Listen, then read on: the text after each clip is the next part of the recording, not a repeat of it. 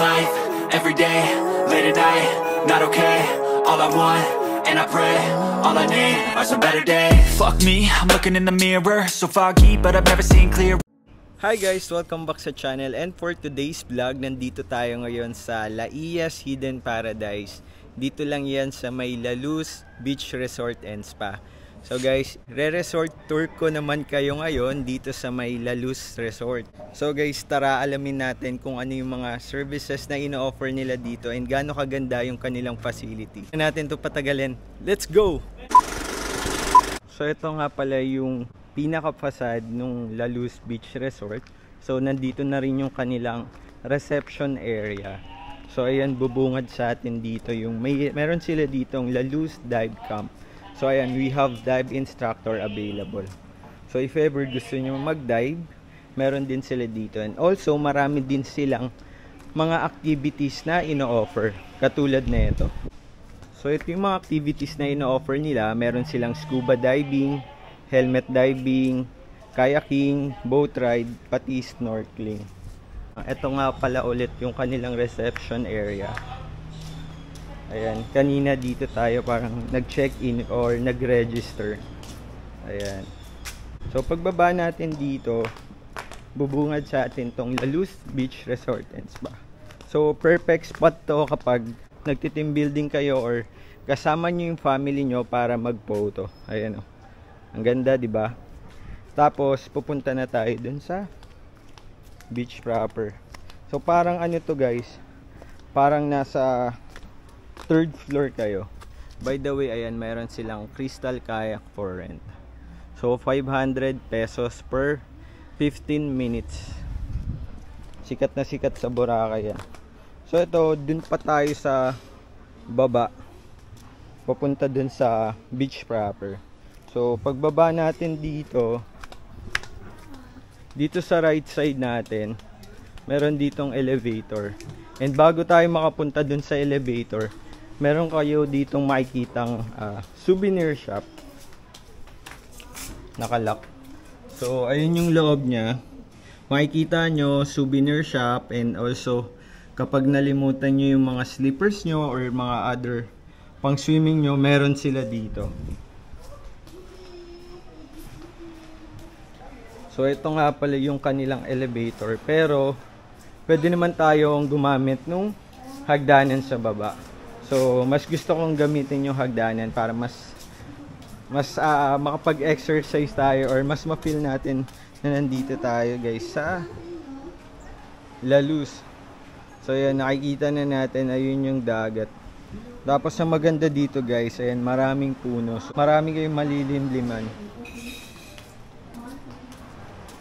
Ayan, baba naman tayo dun sa pinaka beach na. So doon natin makikita yung kanilang restaurant, pati na rin yung mga villas and mga cabana. So ito yung sinasabi ko, tignan nyo. Medyo mataas siya. Ito guys, oh. Actually, pwede kayong mag-events dito kasi nag-offer din sila ng parang mga catering. Pati if you are celebrating birthday, mga parties, pwede dito.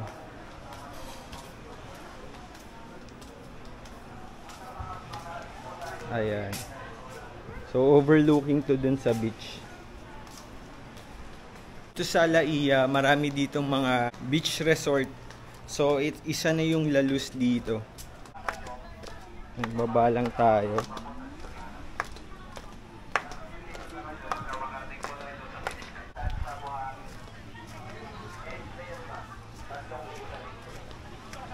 So ito yung signage.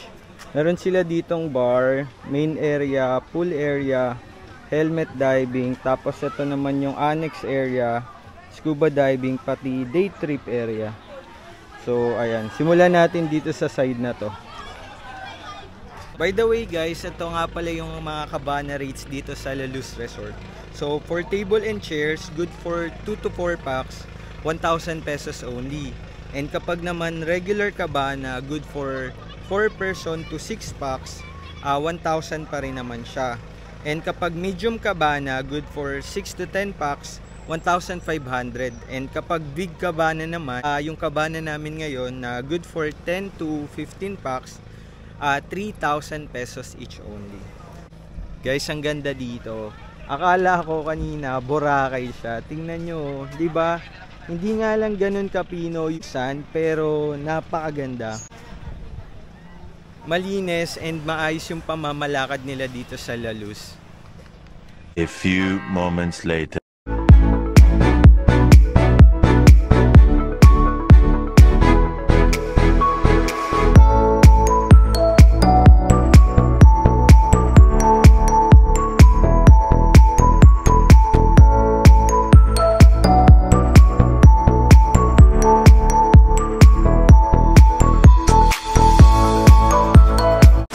Guys, yung day tour nga pala dito sa La Luz is only 800 pesos. So, this is from 8 AM to 5 PM. Kasama na dun yung entrance fee, pati na rin yung paggamit ng lahat ng facilities dito sa La Luz Resort.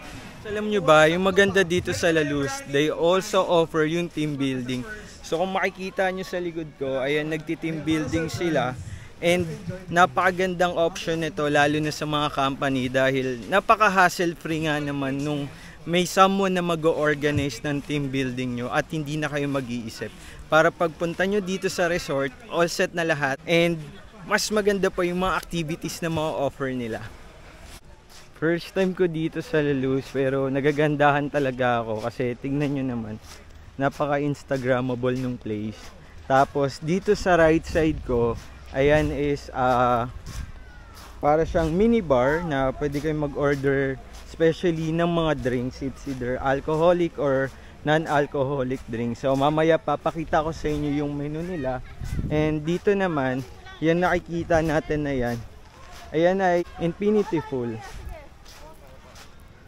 So dito pag lumapit tayo dun sa pinaka beach area, malinis and clear naman yung water.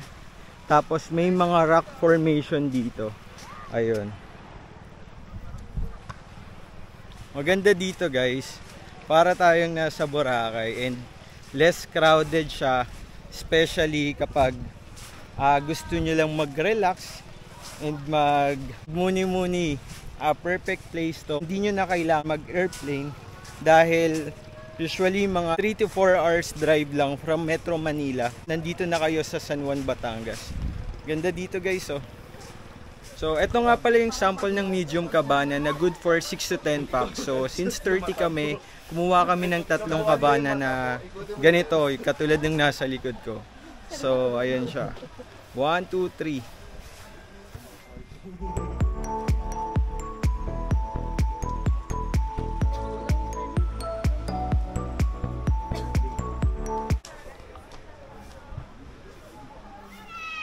Alam nyo ba, ang maganda dito sa La Luz, hindi lang mga cabana or mga table and chairs yung pwede nyong pag-stayan while nandito kayo. Syempre pwede din kayo mag-stay overnight and katulad ng nandito sa likod ko, meron silang mga room na parang hotel na din, tama. And also, ito nga pala yung mga room rates nila, hindi ko na iisa-isahin kasi napakarami. Syempre depende yan kung ano yung room type nyo at ilan yung mag-occupy ng room. So ito yung room rates nila, screenshot nyo na lang para may reference kayo for future booking nyo dito sa may La Luz.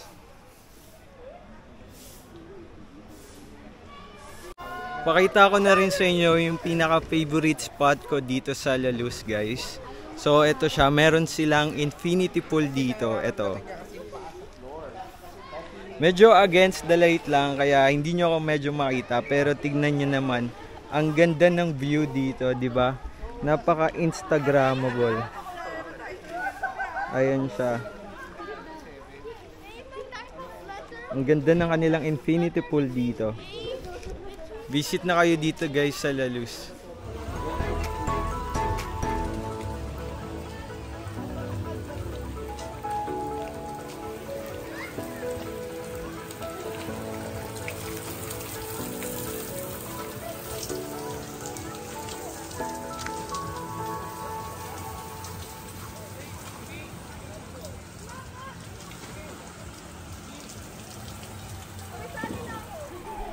Ito nga pala yung tinuturo kong bar kanina na bilihan ng mga food and ng beverage.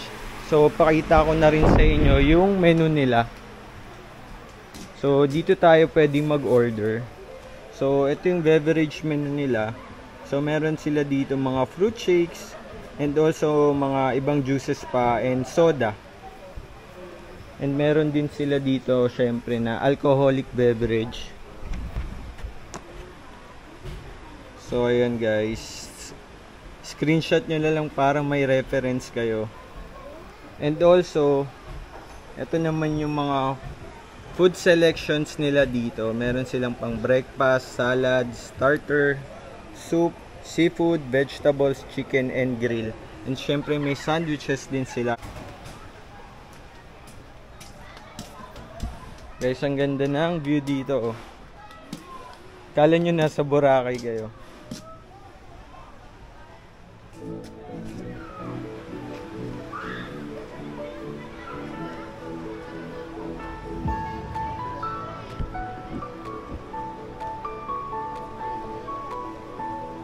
Guys, kasama ko nga pala yung mga ka-office mates ko. Then, hihingan ko sila ng mga verdict nila dito sa La Luz Resort and Spa. Unahin natin si Ate Joyce. Ate Joyce, ano masasabi mo dito sa La Luz? Sobrang daming water activities dito. So, kanina tinry namin yung disco boat and super worth it talaga siya. Ilan yung rate mo? 8, 1 to 10, it's 10 out of 10. Guys, sobrang 10 out of 10. Try nyo na yung mga activities dito sa La Luz. Sir Kevin, ano yung masasabi mo? Masarap yung food. Ano yung rate mo naman sa food nila? 10 over 10. Busog ako. Ate Mara, ikaw, ano naman masasabi mo? Overall experience? Busog din ako sa food. Yun lang. Ayun guys, ayun yung mga mga overall experience from other person. Kasi kung sa akin manggagaling, baka sabihin nyo bias tayo. Pero guys, hindi. Maganda talaga and marirecommend ko to sa inyo kapag team building kayo, mag-office outing kayo, family celebration ng mga ganap sa buhay. Okay itong La Luz, guys.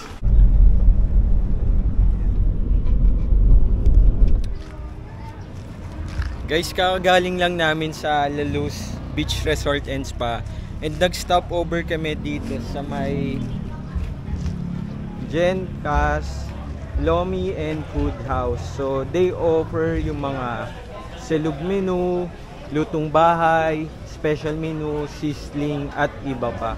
So ayan, pakita ko mamaya na mas clear yung menu nila. So nag-decide kami na kumain muna dito kasi nakita namin yung review niya is okay naman and gusto matikman yung iba kong mga kasamahan kung ano nga ba yung lasa ng Loming Batangas. So sama na rin natin yan sa vlog na to. Tara, let's go!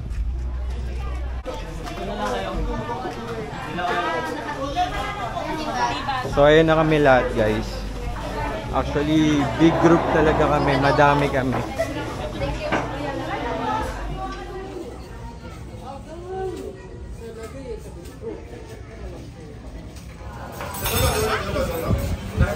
Diyan muna. Muna.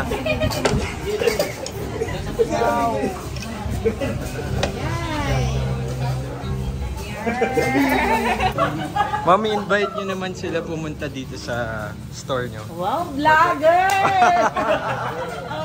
Guys, balik kayo anytime, ha? Open kami 7 days a week. 7 From days? 6 a.m. to 7:30 p.m. Okay po.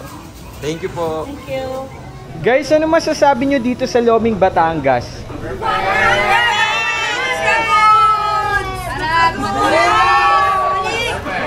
Babalik kami! Balik-balikan. Guys, ito nga pala yung pinagmamalaki ng Genkas na kanilang Lomi Batangas overload for as low as 300 pesos. Makikita nyo naman napakadami niyang sahog. So may lumpiang Shanghai, lechong bulaklak, chicharong bulaklak, lechon, egg, pati may mga chicharon pa. Grabe guys, for as low as 300 pesos. Good for 5 person na to, sobrang sulit. Kaya visit na kayo dito sa Genkas. Guys, kakatapos lang namin kumain dito sa Genkas and overall experience, masarap siya and sulit. na kumain kayo dito dahil napaka-overload talaga nung lomi nila. So if I were you, visit na kayo dito.